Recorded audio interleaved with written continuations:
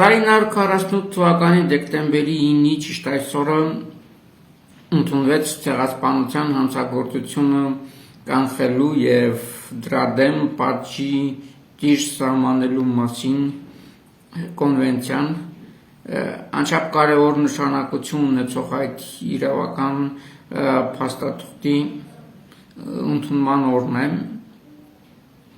եւ այսօր շատ լավ առիթ է խոսելու այս օրը օգտագործելով անդրադառնալու այն ցեղասպանական հանցագործությունների մասին, որը Արցախի դեմ իրականացվեց Ադրբեջանի կողմից։ 2020 թվականի սեպտեմբերի 27-ին անտեսելով միջազգային բոլոր իրավական նորմատիվ ակտերը, անտեսելով ՄԱԿ-ի գլխավոր քարտուղարի հայտարարությունը համաճարակի հետ կապված բոլոր հակամարտությունների դադարեցման առումով Ադրբեջանը Թուրքիայի եւ միջազգային ահաբեկչական հանցավոր խմբավորումների հետ մեկտեղ լայնածավալ պատերազմ սանձազերծեց Արցախի հանրապետության դեմ։ Այդ ընթացքում իրականացրելով բազմաթիվ պատերազմական հանցագործություններ։ Այդ նաև բացի քաղաքացիական ենթակառուցվածքներից, մարդկանց խոշտանգումների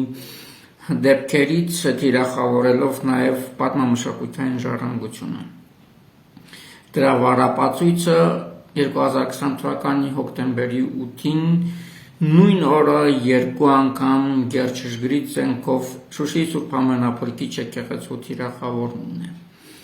Պատերազմի սառեցումից հետո Արցախի բնակավայրերի շուրջ 75%-ը բռնազավթվեց Ադրբեջանի կողմից,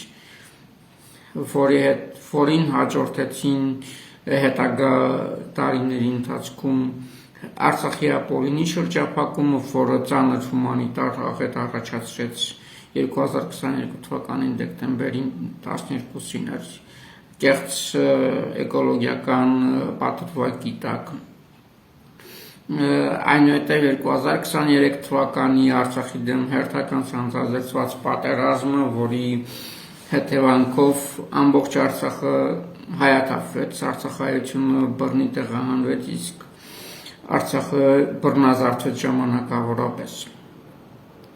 Այս ամենը ցեղասպանական հանցագործություններ է, որը տեղի է ունեցել եւ որի մասին մենք պետք է խոսենք։ Եվ այդ ամենը համապատասխանում է հենց այն դրույթներին, որոնք ամրագրված են դեկտեմբերի 9-ի ընդունված կոնվենցիայի մեջ եւ պետք է նշենք, որ այդ ամենը տեղի է ունեցել միջազգային հանրության եւ միջազգային կազմակերպությունների անգործնեության եւ հանցավոր լրության պայմաններում, ինչը կանաչ լույս վառեց Ադրբեջանի ցեղասպան քաղաքականության համար։ Մինչ օրս Արցախի բռնազավթված տարածքներում իրականացվում են մշակութային ցեղասպանություն,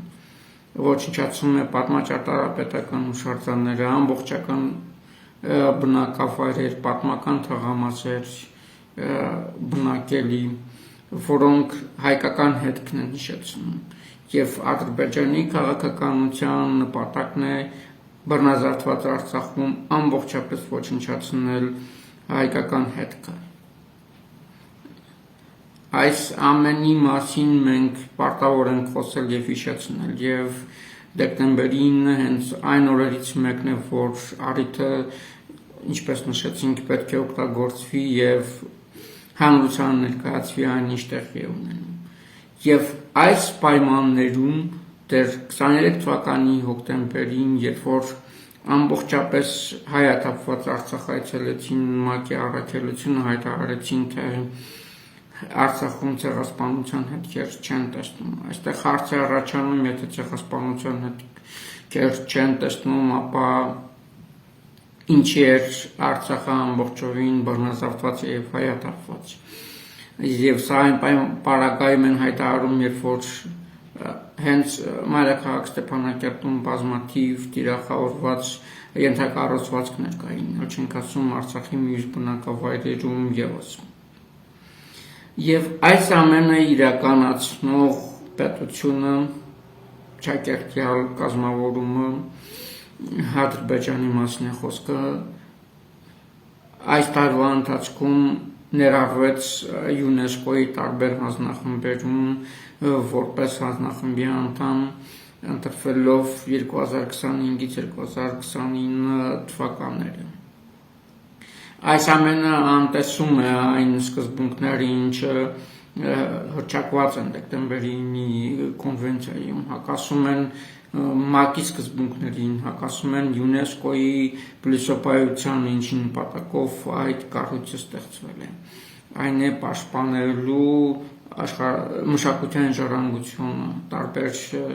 վայրերում, այդ թվում նաև հակամարտության գոտիներում, բայց մենք իրականում տեսնում ենք ճիշտ հակառակը, երբ որ հանցագործություն իրականացնող մշակութային ցեղասպանություն իրականացնող Ադրբեջան հորճոճվող այդ կազմավորումը ընտրվում է տարբեր նմանատիպ մանդատ ունեցող կառույցներում երկարաժամկետ որպես անդամ։ Այս ամենը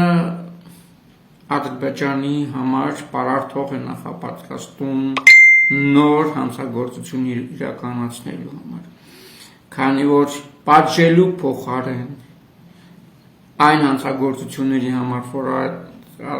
արհեստացին կազմավորումը իրականացվել է, այն ցեղասպանական քաղաքականության համար, որում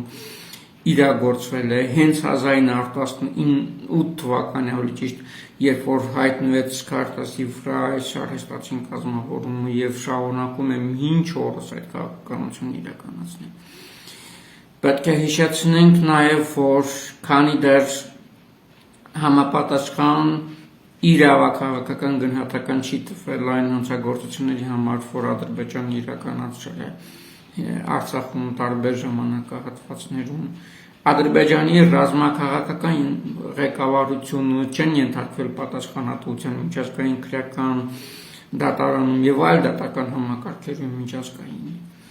եւ չի վերականգնվել այն իրողությունը ստատուս քվոն, որ գոյություն ուներ մինչ 2020 թվականի սեպտեմբերի 27-ի այդ լայնածավալ պատերազմական գործողությունները այդ հանցագործությունները կրկնվելու են, քանի որ ձևավորված անպատժելիության մթնոլորտը պարարտ հող է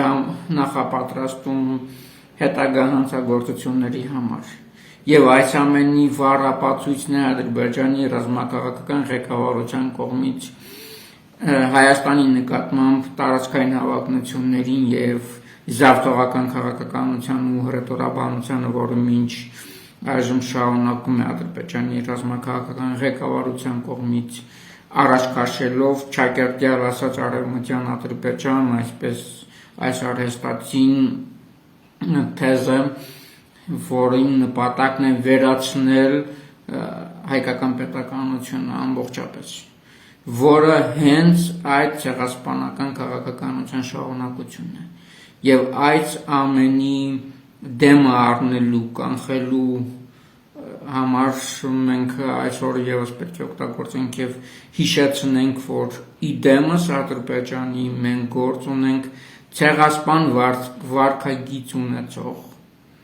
արհեստացին կազմավորման հետ, որը իրականում ոչ թե պետությունն է, այլ ֆաշիստական ցեղասպան կազմավորում է, որի գործողությունները ոչ միայն միտված են տարածաշրջանը ապակայունացնելու, այլ նաև այդ քաղաքականությունը արտահանում են։ Եվ հստակորեն մենք պետք է արձանագրենք մի շատ կարևոր հանգամանք ևս, որ այս արհեստացին կազմավորումը ոչ միայն ցեղասպանական գործողություններ իրականացնող, այլ դրա մեթոդաբանության արտահանող է։ Եվ միջազգային մի շարք ահաբեկչական կազմավորումներ օգտագործում են այն նույն մեթոդաբանությունը, ինչը մինչ օրս օգտագործում եւ կատարելագործելով իրականացնում է Ադրբեջան արհեստացին կազմավորումը։ Դեկտեմբերի 9-ի այս օրը օգտագործելով եւս մեկ անգամ ցանկանում եմ կոչ անել միջազգային հանրության ու միջազգային կազմակերպություններին զերծ մնացեք Արցախի օկուպացված տարածքներ ապօրինի այցերից, քանզի ձեր ամեն մի ապօրինի այցից հետո Արցախում ոչնչացվում են մշակութային արժեքներ։ Այցելելով բռնազավթված Արցախ դուք դառնում եք Ալիևյան հանցավոր ռեժիմի այդ բռնապետական վարչախմբի հանցակիցն ու այդ հանցագործությունների խրախուսողը եւ կանաչ լույս եք վառում նոր հանցագործությունների համար։ Եվ այն վայրերով, որտեղ որ քայլում եք, այն վայրերով, որտեղ որ Ադրբեջանի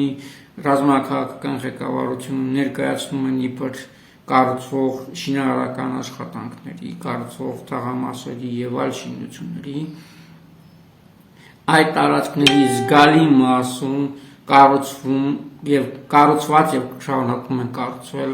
հայկական պատմական գերեզմանոցների տեղում, պատմաճարտարապետական հուշարձանների տարածքում, պատմական դիմագիծ ունեցող բնակելի թաղամասերի տարածքում եւ մի կողմից երբ որ հայտարարում եք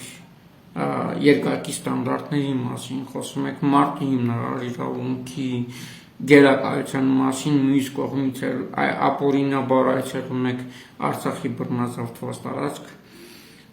ինչպես նշեցինք, կանաչ լույս եք վառում Ադրբեջանի ռազմաքաղաքական ղեկավարության համար եւ դառնում եք այդ հանցավոր քաղաքականության հանցակիցը։ Եվս մեկ անգամ կոչ եմ անում նաեւ, երբ որ այսօր հիշեք դեկտեմբերի 9-ին ընդունված կոնֆերենցիայի դրույթները, այդ կոնվենցիայի կարևորության մասին, պարտադիր պետք է հիշեք նաեւ, որ այդ կոնվենցիայի դրույթները լիարժեք չեն կատարվում եւ նմանատիպ բազմաթիվ իրավական բանաձևերի արկայության պարագայում 21-րդ դարում ֆաշիստական բնութագիր ունեցող կազմավորումը իրականացրել է ցեղասպանական գործողություններ եւ հետ չի կանգնում իր այդ քաղաքականությանը, հակառակը նպատակն է այդ քաղաքականությունը շարունակել եւ զավթել ամբողջ Հայաստանը։ Այսպես կոչված խաղաղության օրակարգի մասին, երբ որ խոսում եք եւ ողջունում եք Չակերտյալ աշխարհության օրակարգը, պետք է հստակորեն հիշեք, որ Ադրբեջանը չունի խաղաղության օրակարգ եւ չի ունեցել։ Դրա վառապացույցը այդ Չակերտյալ պետության ղեկավարության ռազմատենչ հայտարարություններն են, ռազմատենչ ռետորաբանություն եւ այն զավթողական քաղաքականությունը, որը մինչ օրս շարունակում է իրականացնել։ Վերջում կցանկանայի հիշեցնել, որ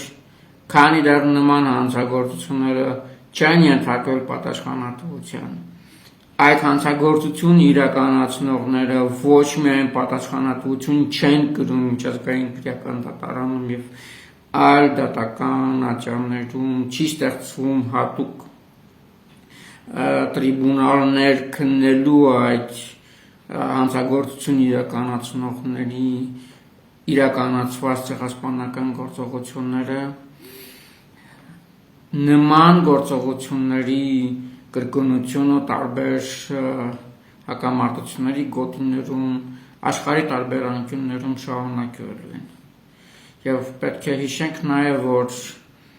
այդ կոնվենցիաները, բանաձևերը չպետք է լինեն միայն թղթի վրա շարադրված, այլ պետք է գործում քայլեր ձեռնարկվի այդ դրույթները պահպանելու եւ ցեղասպանական գործողությունները կանխարգելելու համար։ Հակառակ պարագայում կլինի դա ցեղասպանության մասին կոնվենցիան, կլինի դա այլ համանման կոնվենցիաներ կամ քրեական դատարանի ստատուտը կամ այլ իրավական փաստաթղթեր, դրանք կդառնան ուղղակի անատամ եւ առողակարգային բնույթ կրող փաստաթղթեր։